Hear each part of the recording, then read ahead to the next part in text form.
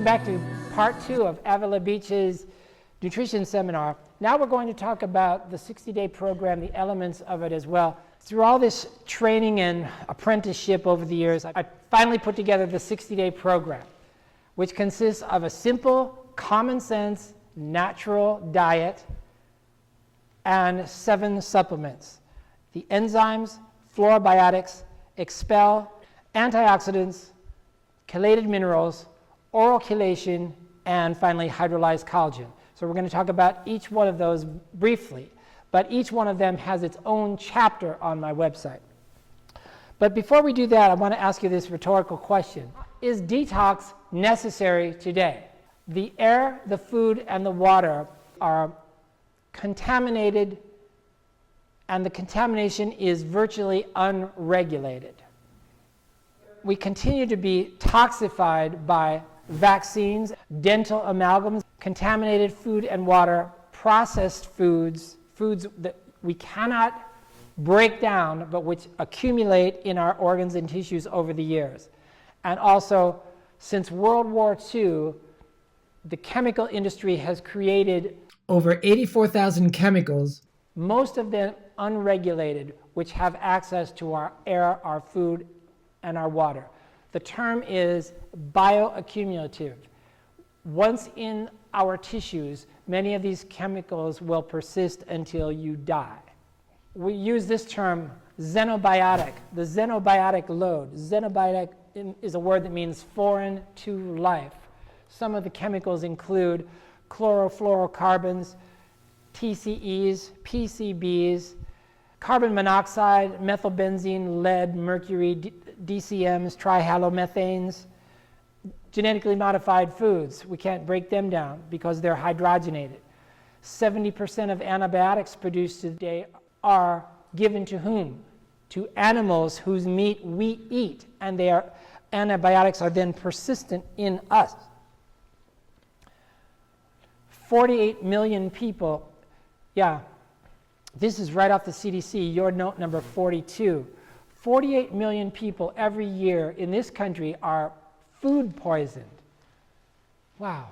You know, I remember in 2001 when that guy wrote Super Size Me, that book came out in 2001, this number was 20 million people. In 2001, it was 20 million people. Today, 48 million people are food poisoned per year. 128,000 of whom are hospitalized, and 3,000 die. In 2001, that figure was 14. Only 14 people died of food poisoning in the US every year, only in 2001. Today, 3,000 people die. This is on the CDC's website. Estimates of foodborne illness in the US. This is from HHS. Over 10 million US children, 14% of US children have been diagnosed with asthma. Between 1980 and 2000, allergy cases doubled in the US. Then, between 2000 and 2011, they doubled again. So it's exponential. The number 1 cause, processed foods. Number 2 cause, the body is permanently modified by each injection or vaccine, each invasion of the tissues by bacteria, viruses, or foreign chemicals. This is Alexis Carrel, Nobel Prize winner back in the 30s. These events determine allergic states. So we have this skyrocketing of allergies among children in this country for the last 25 years. Vaccines have gone from 4 vaccines to 72 vaccines. My opinion is everyone should read his book, Man the Unknown, by Alexis Carrel, like 1935. It is so articulate, so well researched. The science is not really outdated because most science today is false science, shaky science, junk science. According to CDC, here are the top 10 causes of death in the United States today. Ready? Heart disease, cancer, stroke, chronic respiratory diseases, accidents, Alzheimer's, diabetes, influenza and pneumonia, kidney disease, septicemia, which is blood infection. 9 out of 10 of these are directly caused by the person's lifestyle and diet, right? There's been an exponential increase in the past 2 decades of allergies, asthma, cancer, arthritis, influenza, autism, degenerative diseases, especially among young people, diabetes, neurological disorders. The 60-day program is an attempt to throw some sanity into this overwhelming process that we have going on in this country today. Its 2 main objectives are to clear the tract and clear the blood. Supermarket choices determine health and disease. Now this is where your lifestyle, this is where the rubber meets the road. You have a lifestyle. I use that word to specifically apply to the choices you make. It happens in the supermarket. Whatever you put into your shopping cart and put on the counter in the supermarket, that's your lifestyle. That's when you make your choices. So when you put stuff on there, it's not like you're not going to eat it because you know it's bad and I'll just buy it but I won't eat it. That's playing, a lot of people play games like that. That's where you choose your lifestyle in the supermarket. Delineate between nutrient foods and processed foods. The nutrient foods contain all the enzymes, vitamins, and minerals necessary for their complete breakdown and uptake at the cellular level without using any of the metabolic stores of the body. That's a nutrient food. Processed foods, on the other hand, do not have any enzymes in them usually and draw on the body's metabolic stores of enzymes, vitamins, minerals that are necessary to complete the digestive process. Actors in Hollywood, their body is their instrument. They don't eat candy. They don't eat potato chips. They don't eat donuts, ever. Their body is their instrument. Some examples that you see of glowing health. They're 35 and 40 years old, they're still trim and fit. That doesn't happen by eating trash and then doing a lot of drugs to get thinner. They stay fit all the time. It's their lifestyle. Lifestyle is not the foods you choose today. Lifestyle is the foods you choose every day. That's your lifestyle. So let's talk about the New West diet for a minute. This is like a no-brainer. So all these fad diets that you see online and they try to sell books and DVDs and stuff, it's just fad. I went back to the beginning. If you have any illusions about giving nutritional advice, one of your first Bibles that you have to start out with is, of course, Weston A. Price's Nutrition and Physical Degeneration. It's real easy to read, has a lot of pictures in it, has very little to do with the Weston A. Price Foundation. That's a whole different thing altogether. Just go to the source, read what he says. So the short version of New West diet is no refined carbohydrates, which means no white sugar, no white flour, no pasteurized dairy. For 60 days, we are going to eat no milk, cheese, butter, ice cream, yogurt, if it's pasteurized. We're so lucky that we live in one of the 6 states in the U.S. where the sale of raw dairy is legal. Raw cheese is really easy to find. That's in all the Whole Foods. Pasteurized dairy. For 60 days, we're going to eat not even a trace of milk, cheese, butter, ice cream, yogurt if it's pasteurized. And then here's the most difficult one of all. Hydrogenated oils. Because it's in everything you love. It's in all your snack foods, all the foods you're addicted to. I just divided food into 4 categories. Unrestricted, with some moderation, rarely, and not in this lifetime. In the 60-day program, however, we're only going to eat from categories 1 and 2. Category 1, unrestricted. Raw fruits and vegetables, good water. I have a whole chapter on hydration and water on my website. On my intake form for my consultation, that's one of my questions. How much water do you drink every day? The answers that I get are amazing, like not much, 1 cup, or my personal favorite, 5 cups of coffee per day. That's how they're telling me, because that supposedly has water in it. Did you know that for every cup of coffee you drink, you lose 2 cups of metabolic water within the body? So look at my hydration chapter. Most people who are dehydrated, dehydrated doesn't mean you stayed out, you went to Burning Man for a couple of days and now you're dehydrated. No, dehydration is something that takes place over months. You can't rehydrate yourself in an hour. It takes several weeks to rehydrate yourself because your body won't, you can't just start drinking 2 liters of water a day. You have to work up to it. And then finally, your cells will allow all that water to come in. And then the most amazing thing happens. You're now drinking 2 liters of water a day, which you've never done in your life, and you're thirsty. Your mouth is dry because finally your cells are accepting that. So read the chapter on hydration. Actually, it's called water. Fruit and vegetable juices. Okay, this is organic. Better if you do it. The best fruit juices you can buy today in the supermarket are Evolution. They're organic. It has to be organic. Can't be from concentrate. Selected nutritional herbs. That means things like green foods, blue-green algae, wheatgrass, barley grass, spirulina, chlorella, things like that. Beans and rice combination. Of course, we're talking about organic brown rice and any kind of organic beans that you like. Buy a bunch of that stuff. Cook it. Non-stressful, easily metabolized source of complete protein. That's your complete protein, beans and rice. Every civilization in history has had combinations of beans and wheat, beans and rice, beans and corn as their complete protein. Category 2, with some moderation, organic meats. So forget about this whole red meat scam. There's nothing wrong with having filet mignon every now and then. There's nothing wrong with ground beef, ground buffalo, whatever, as long as it's organic, right? The best movie that I've seen about the realities of eating meat is called Sacred Cow. Watch that movie. Raw dairy. Yeah, so raw dairy is fine.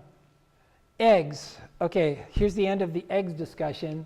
Free range organic eggs are fine. You can eat them every other day or so. It's fine.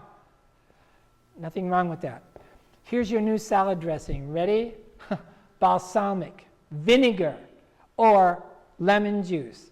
Not vinaigrette. No oils. No cooking oils, no salad dressing oils for 60 days. Here's your EFA requirement. Ready? Grilled fish 4 times a week. That's my theory. Eliminate the middleman. All most of these supplements is squeezed fish anyway. So you buy the best fish. We are so lucky to live within driving distance of Whole Foods. Where I live, I'm in driving distance of 5 Whole Foods, and their fish market is unequaled. Who knows what branzini is? It's a Mediterranean sea bass, about this big, and they fly that in every day to Whole Foods. The high-end EFAs, the most available, valuable oils from that fish, good fats, are right under the skin. So if somebody gives you a giant big fish and you're the only person eating, and you're not going to eat the whole thing, you're going to give the rest of your dog or whatever, eat the part that's right under the skin. Don't go down deep. The part right under the skin is the richest in nutrient oils, EFAs. 4 or 5 times a week, at least 4 times a week, grilled fish. Clean soups means you made it yourself from scratch. No Campbell's, no cans, no canned foods in the 60-day program. No canned foods. We evolved as a species with whole grains, a very important source of B vitamins. The problem, of course, with breads is not the whole grains, it's not the gluten, it's the fact that 95% of them have 2 things that make you fat and stupid and sick. What are they? High fructose corn syrup and partially hydrogenated oils, okay? So you find things like Ezekiel breads, or rye breads, or potato bread. Nothing wrong with that. Nothing wrong with that. Sprouted grains. Yeah, Doc? So back to the fish, what about the skin itself? The skin itself, yeah, it's fine. It's fine. Yeah, skin is fine. Especially the underside of it is very dense in usable EFAs. That's true. When you look at these two categories, 1 and 2, there's really a lot of latitude within that. Yes. Now we're in category 3, and this would be not during the 60-day program.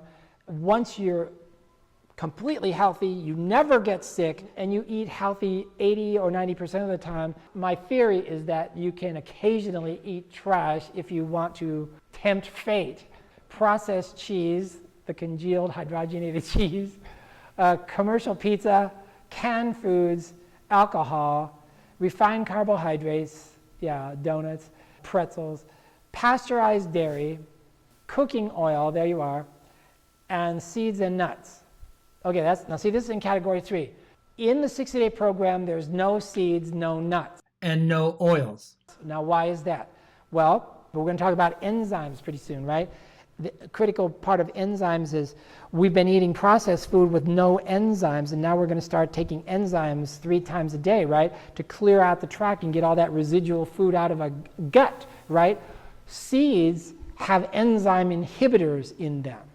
Does enzyme inhibitors sound like a good idea to be taking at the same time that you're doing a systemic enzyme program? That's why no seeds. Raw nuts, we know that some raw nuts have some good fats in them. We know that. The problem is, first of all, roasted nuts are out of the question because they're usually roasted in hydrogenated oils, right? So they're like plastic anyway. But in the 60-day program, again, our primary objective here is to clear the tract. So I don't want anything that is difficult to digest and break down, which nuts are very dense and difficult to digest. So even though some nuts are okay in small quantities, in the 60-day program, no nuts, no seeds, no nuts. No oils. Yeah. What about the soaking and sprouting? Yes, sprouting's okay. So then you could eat a soaked and sprouted seed. Yes, It'd be bulky and that. yes, that's true. Good question. The more it's cooked, the more the enzymes are denatured. Now I'll answer your other question about cooking oil. Some oils are okay sources of EFAs, okay? But here again, it's the same thing with the nuts. I don't want to put anything into the system that is going to be too dense, that is going to tax the digestive system to break it down and use up metabolic stores. We're trying to use all our metabolic energy to detox and get rid of stuff we don't need. You don't need oils if you're eating grilled fish 4 times a week, okay? As far as cooking oils, that's no, because now we're talking about trans fats which do not exist in nature. Trans fatty acids do not exist in nature. They're only happen 2 ways. Both of them are man-made. One is by heat, which is cooking oil. The other is by hydrogenation, which we'll talk about later. That's the most stable of oils. So after the 60-day program, that's your preferred cooking oil. Coconut oil is the most stable, the least likely to become trans fatty acids. That's true. When I say no oil for 60 days, they're using their imagination. They're using water in a wok at low heat and slightly cooking some things. High-end supplement oils like Nordic Naturals are pretty good, cod liver oil, eating primrose oil, flaxseed oil, fish oil. The supplement oil, as supplements, they're okay. Just not as cooking oil or salad dressing oil. No salad dressing oil. The only salad dressing is vinegar or lemon juice. Category 4, not in this lifetime, soft drinks, potato chips, French fries, now we're talking major trans fatty acids, right? Donuts, hydrogenated oil snacks, which is like everything you like, right? Margarine, I mean, you put a stick of margarine outside on a plate, I mean, no self-respecting cockroach will go near that because there's nothing in it for him, you know? No margarine. No mayonnaise. Get mayonnaise out of your vocabulary. Diet soft drinks, diet anything. I have a whole chapter on sugar, the sweet thief of life, but the second half of that chapter, which is really long, it's all about aspartame, NutraSweet, that kind of, they're chemicals that have a sweet taste. They have nothing to do with food, and they're neurotoxic. Yeah.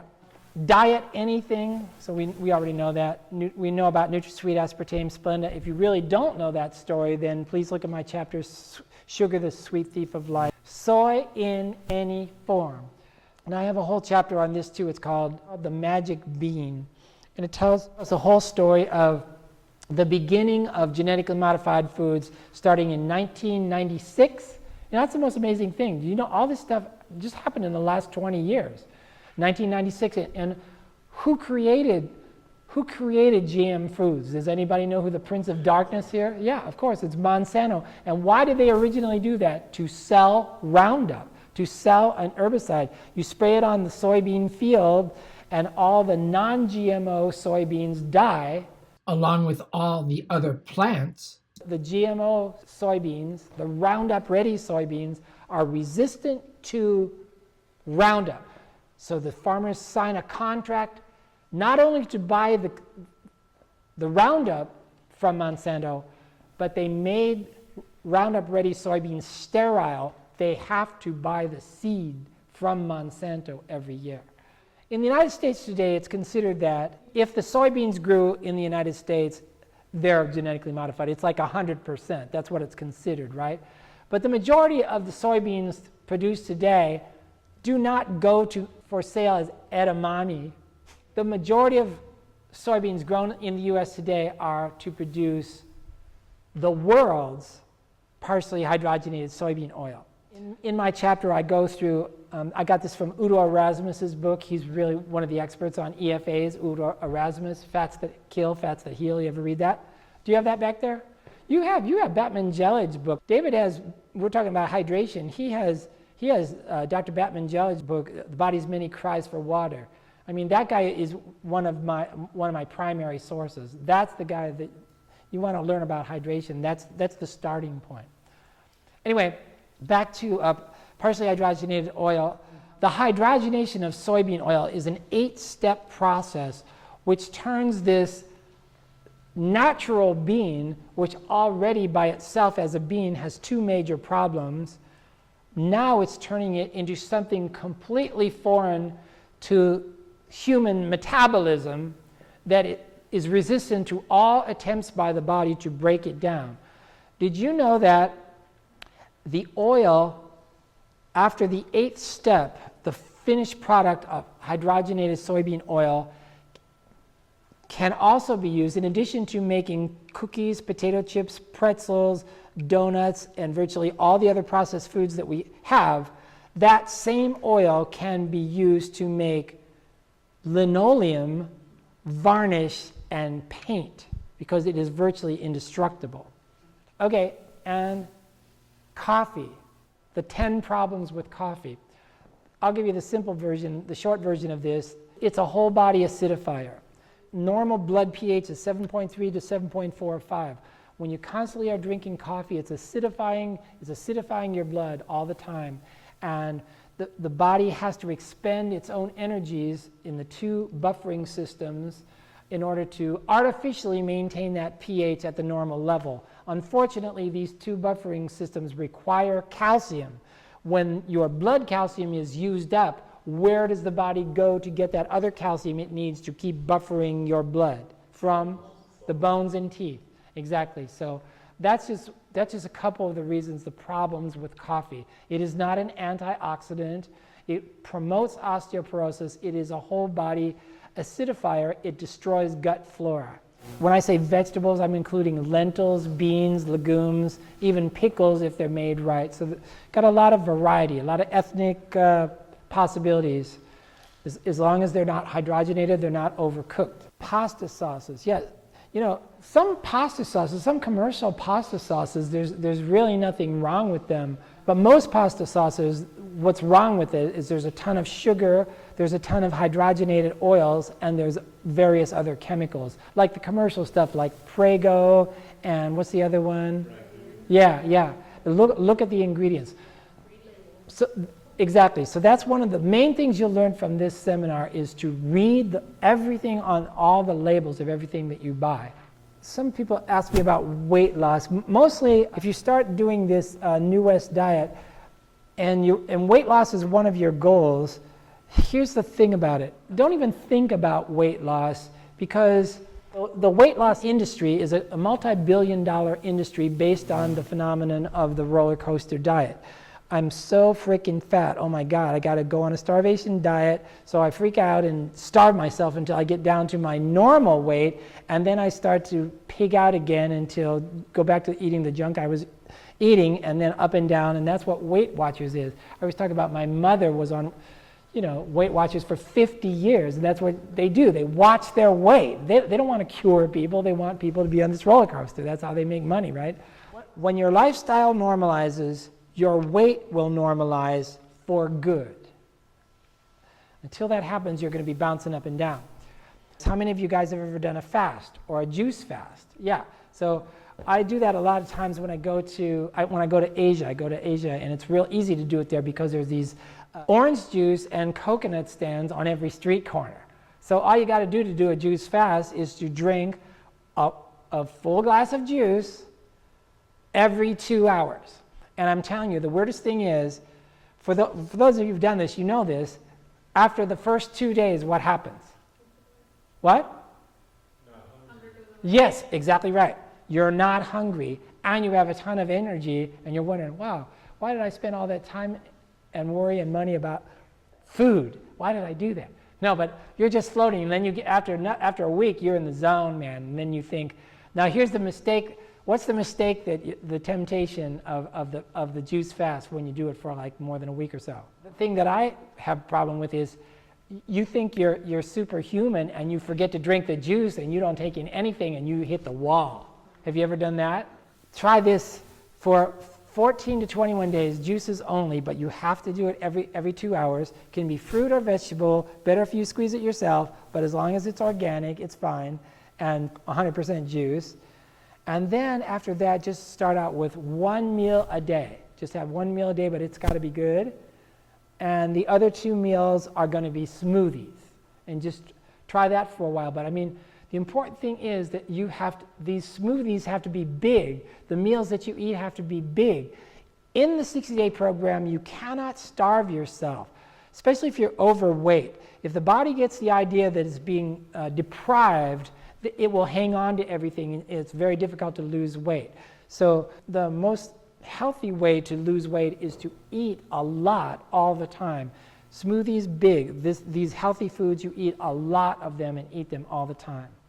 Then you have the whole fructose myth. Well, oh, I can't have orange juice. It's damaging to my blood sugar. I'm borderline diabetic. This is a complete misunderstanding of the whole physiology of sugar metabolism in the body. People do not become type 2 diabetic from drinking too much orange juice, okay? They get it from drinking a liter of Dr. Pepper every day for 5 years, okay? So don't tell me about you can't have orange juice. Suddenly people become obsessively picky about foods. That's the thing about whole juices. Whole juices contain within themselves, that's the definition of a natural food, all the enzymes, vitamins, and minerals necessary for its complete breakdown and uptake by the body without requiring any other metabolic stores.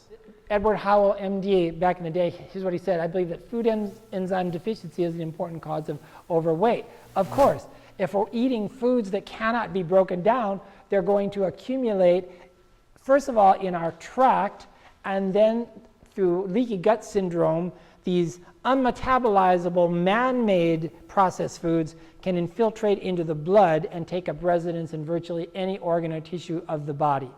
So once that's our goal here, to clear this stuff out. Who was Edward Howell? Edward Howell was the expert on enzymes. He was big between the 1920s and the 1980s. He founded National Enzyme Company. His main work was called Enzyme Nutrition by Edward Howell, MD. His successor was Dr. Stan Bynum, who became my mentor, and then he eventually founded his own company in Phoenix, Arizona, and that's a whole other story. Gluten is merely the gluten myth I have found is really a cover for the true culprit in these chronic degenerative conditions that they're blaming on gluten, which is partially hydrogenated soybean oil and the other hydrogenated oils. We got double aisles of gluten-free products that have popped up in the last 3-4 years, you know? This is a huge industry, and people think the myth is that if I eat the stuff and it says gluten-free, I'm going to be healthy. But when you start looking at the labels of this, they have all this usual trash that's in all the other processed foods, and because they say it doesn't have gluten in it, people get tricked into buying it and pretending like it's healthy. Now here we have this gluten-free 6-layer cake. Right, now that's supposed to be healthy because the wheat has it's gluten-free wheat or flour or whatever, and it's loaded with chocolate and white sugar in that delicious frosting. You know, how dumb do they think we are? The answer to that is really dumb. I do not recognize celiac disease. That's a construct. That reminds me of the one thing that I forget to talk about sometimes, and that's the almond milks and the soy silk and stuff like that, okay? Milk comes from mammals. Just because it's white doesn't mean it's milk. If you use that argument, you could say Sherwin-Williams is milk, right? Okay, so forget about, you know, if you have soy milk or soy silk or any of that rice dream in your refrigerator, at the end of this seminar, go home and pour it down the sink. If you made it yourself in your kitchen, then it's okay. Otherwise, it's unmetabolizable and it's toxic. So that's all I'm going to say about the New West diet for now. So look at that chapter. So remember I talk about Weston A. Price, Nutrition and Physical Degeneration. Remember, how many of you have read this book? You know what this book is? He was a guy, he's a dentist. He went around the world in the 1930s and staying at various isolated locations looking for the healthiest people on earth. And it wasn't just the people who lived the longest, but was the people who lived long lives with no degenerative disease. And they were living to be 100 years old, and they had no cancer, no diabetes, no arthritis. They had perfect teeth, right? And except for trauma, they had a pain-free life. And they all had strong bones. That's your note number 45. And then he discovered, after some travel and research, and he documented everything, took a ton of pictures and stuff. He's found some common characteristics among these healthiest civilizations on earth. The first being they all had this mineral-rich water supply. They were physically cut off from the foods of commerce. They didn't have daily intercourse with local communities, roads and stuff. In other words, they grew their own food within their physical environs. Here was their lifestyle, ready? Fruits and vegetables locally grown, whole grains, a little meat, fish, and raw dairy for the most part. Yeah, and water. In other words, a daily intake of usable vitamins and minerals and enzymes. That's what the healthiest people who've ever lived on earth, that's what their lifestyle was. We have the opposite of this. Now we have 80% of our diet. For 80% of the American people, 80% of the American diet is processed. 80% of the American diet today has had the enzymes scientifically removed from foods so that they can't break down, so that they last forever on the shelves, and then they add artificial flavors to them, so they addict us to these tangy flavors, our comfort foods, right? So in America, with 80% of the people on an 80% processed foods diet, we have created a nation that is the fattest, sickest, and dumbest people of any industrialized nation on earth. With 4% of the world's population, we consume over 60% of the world's pharmaceutical drugs. And so as this unmetabolizable mass of food comes pouring down our throats day after day, it gets caught up in the stomach. The first thing is we have reflux whereby food just sits in the stomach and doesn't get broken down because it has no enzymes. We don't take any enzymes. So what is it? 20% of the population has reflux. Reflux means when you lie down at night, the food comes back up, or when you start eating a meal, you feel like you're already full. It's because you already are full. That's reflux. Then down in the lower tract, finally, the undigestible food accumulates in the lower intestine, And then through leaky gut syndrome, the purpose of the colon, for example, is what? To resorb water so that you don't lose water and minerals, so that the only thing that goes out of your body is waste, right? The problem with leaky gut syndrome is we have all this sludge that accumulates in the lining of the colon and matrix itself in layers all along the colon. Year after year, your colon expands, gets bigger, bigger, bigger. Some of the pores in the colon get locked open. They get stuck open, and this allows the intrusion or the permeation or the infiltration of intact, man-made, indigestible fats, proteins, and carbohydrates to make their way into the systemic circulation. Once in the circulation, digestion can no longer occur.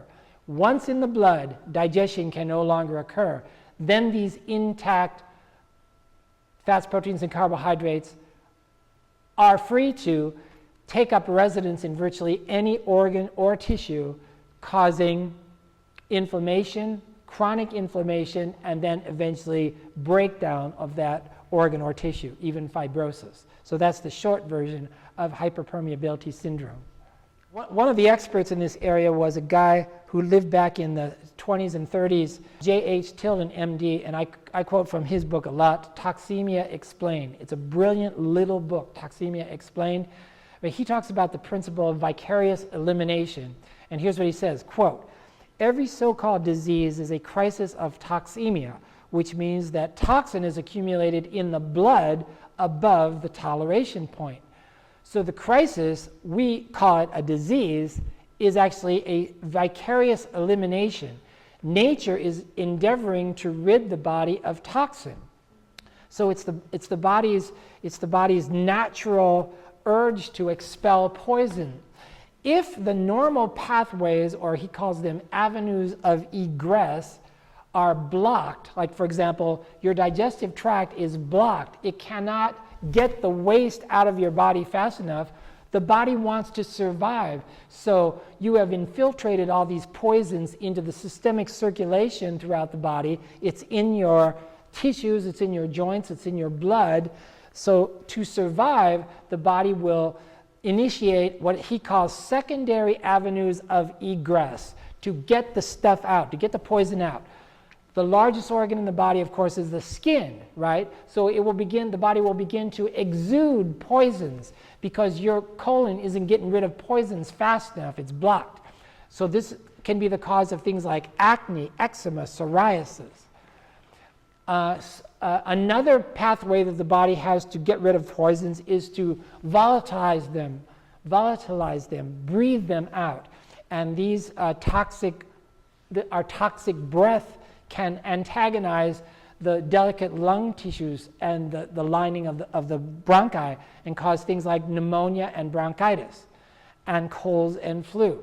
So I mean, it's a very elegant mechanism to explain what we're actually doing to ourselves as a modern society, and he wrote this right at the beginning of the processed food era. So Tilden is really a brilliant writer. Here's Edward Howell, MD. He kind of, I always say he looks like an old Elvis Costello, doesn't he? Anyways, like but his specialty was to teach us the importance of enzymes in foods and the difference between a nutrient food and an indigestible toxic food. So I summarized his work in my chapter called Enzymes, the Key to Longevity. So enzymes are specific proteins that are active in every cell of your body every second, right? Specific proteins. All the old writers talked about the importance of enzymes. Royal Lee, certainly one of the pioneers of legitimate nutritional research in the middle of the 1900s, he said this: enzymes are the most important unit in the human body because every chemical change that takes place involves the activity of enzymes. Without enzyme activity, there is no life. No animal can live without the activity of its enzymes. That's from his book Conversations in 1955. All this is in my enzymes chapter. You don't have to write this down. I already talked about this. 20% of US adults have some type of reflux going on. Why? We're eating food with no enzymes. That food accumulates in the stomach. That food accumulates in the stomach. Then the body keeps trying to digest that food and keeps pouring in more HCl and more digestive juices, but it just can't break it down. It doesn't recognize hamburger helper and freaking Pringles potato chips and all this trash that we're pouring down there, right? So then we go eat the next bite of food, and the food, we swallow it, and it goes down. The cardiac sphincter at the bottom of the esophagus opens up, and now we have all these juices that they splash up, and they irritate the lower end of the cardiac sphincter, and we get that sharp pain. Feels like somebody's sticking a screwdriver in our chest.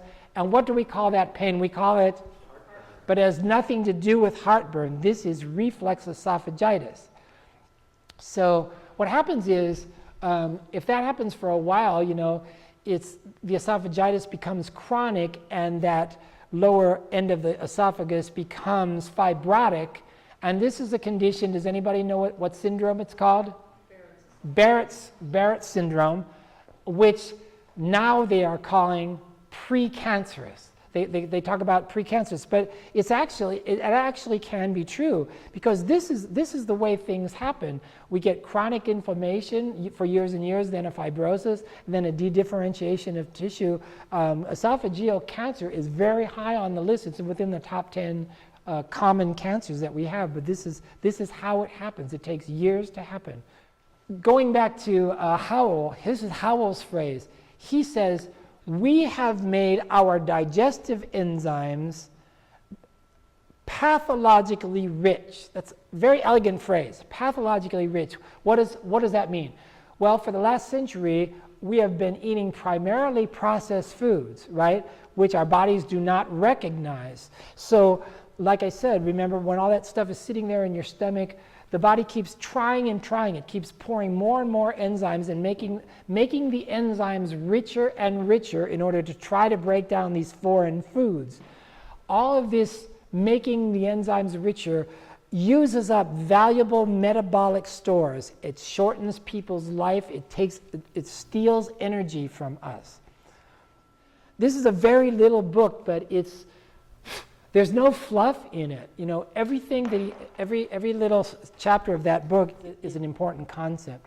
The food enzyme potential just means he's saying that the value of a food, its nutrient value is determined by its enzyme content. The most valuable nutrient food would be an organic banana, for example, which would have all the enzymes necessary in itself for its complete breakdown by your body and uptake at the nutritional level without drawing from any of your metabolic stores.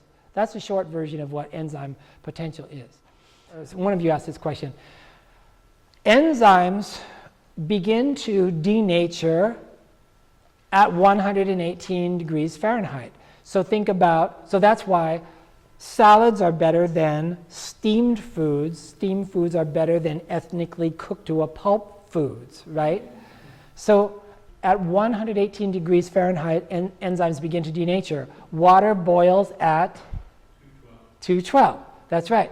So the more you cook them, the less enzymes they have. Now, I'm not saying to eat raw rice. Let's be reasonable, right? Or even string beans. We have to cook a lot of foods, but think of it in terms of filet mignon. Blue or beef bruschetta, that's the best, raw, if you can take that. Rare, the rarer the better. The rarer, the more easily digestible it is. The more you get toward well done, burnt to a crisp, the less enzymes are in beef, for example. The late Stan Bynum really pissed me off that he died at 63 years old in 1999. Really upset me. Okay, that's a long story which I won't go into. Anyways, so like I say, he took over National Enzyme Company when Edward Howell died, and then he started his own enzyme company in Phoenix in the early 90s, yeah. And that's when I hooked up with him in the mid-90s. And I went to Asia with him on 4 different occasions, and we did hundreds and hundreds of these live cell tests among the third world population, mainly in the Philippines, and I saw what sickness really is. Anyways, So the result of his life's work was to create this product called Digestive, which is a full spectrum digestive enzyme supplement. Full spectrum means it digests fat, protein, carbohydrate, and cellulose or fiber. It also has a delivery system, as you know, a three-legged stool. Just taking enzymes by itself with no vitamins and no minerals, the enzyme doesn't work. It has to have cofactors. All enzymes have to have cofactors in order for it to really work. He understood that, and he included the cofactors in his enzyme supplement. Bynum, his name's Stan Bynum, B-Y-N-U-M. It's on the enzymes chapter. I'm doing the fast-forward version of this, sorry. So his goal was to make this supplement 100% bioavailable. Did you know that the majority of supplements in GNC, for example, are between 5 and 10% bioavailable? Most of them don't even dissolve in your system. You eliminate them intact. So that's a whole discussion. How do we do enzymatic detox? We do it by 9 capsules of Digestive per day. I still have his original formula, so that's a whole other story. But anyways, here's how you do it: 3 capsules 3 times a day for 60 days. You take them with water any time of day. That's it. So that's called enzymatic detox. And as I said, it has 2 functions: to clear the tract, and if you take the enzymes on an empty stomach, then the enzymes were designed deliberately to be absorbed directly into the bloodstream through the stomach without being dragged through the rest of the digestive tract. He did that on purpose to clear the blood, because remember how we talked about through hyperpermeability syndrome, leaky gut syndrome, all these intact foods are in the blood and digestion cannot occur once that junk food is in the blood. That's what this is for. He wanted, when you take the enzymes, the digestive on an empty stomach, he wanted it to be able to go into the bloodstream and break down that residual debris that could not be digested. So you want to take them on an empty stomach. What I always say is, don't even think about it. Take them anytime. Then part of them you'll take when your stomach is empty, Or you'll take when you're eating. It doesn't matter. So when you take it with food, it clears the tract. When you take it on an empty stomach, it clears the blood. Yeah. So that's enzymatic detox. There's also colon detox, and there's also oral chelation. That's all I'm going to talk about enzymes.